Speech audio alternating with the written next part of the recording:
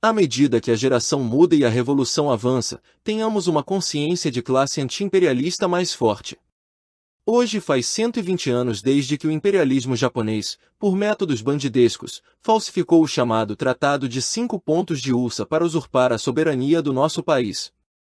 Em 17 de novembro de 1905, o imperialismo japonês fabricou à força um tratado ilegal e arbitrário composto por 5 artigos, reduzindo assim nosso país a uma colônia totalmente subordinada. A partir desse momento, nosso povo tornou-se escravo colonial e não teve outra escolha senão suportar inumeráveis infortúnios e sofrimentos impostos. O grande dirigente camarada Kim Jong-il ensinou: a história do imperialismo japonês está manchada como uma história criminosa que trouxe ao povo coreano apenas grandes infortúnios e desastres. O Tratado de 5 Pontos de Ulsa é inteiramente um produto da política de agressão e dominação colonial do imperialismo japonês contra a Coreia.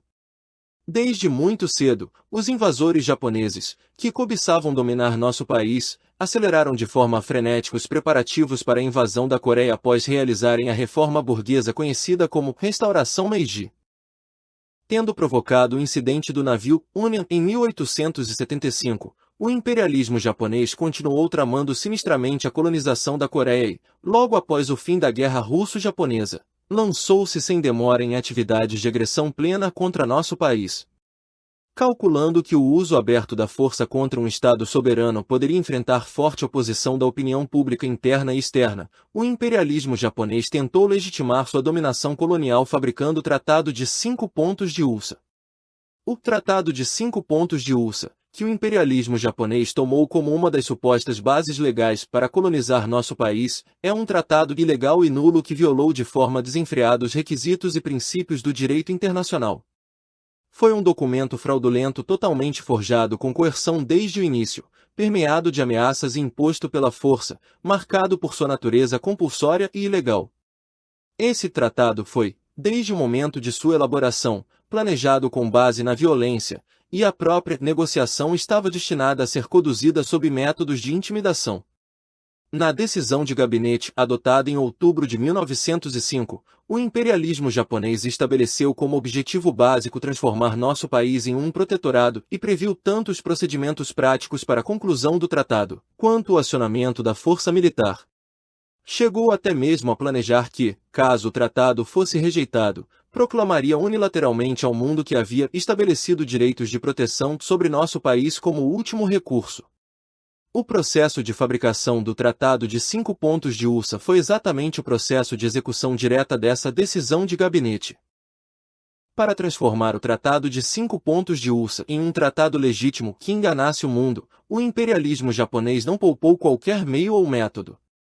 A conduta ultrajante do imperialismo japonês, ameaçar com armas para impor o texto do tratado que haviam preparado, e até furtar o selo do ministro das Relações Exteriores de outro país para estampá-lo arbitrariamente a fim de dar aparência de legalidade, constitui um ato criminoso de bandidagem que violou de forma flagrante o direito e as normas internacionais.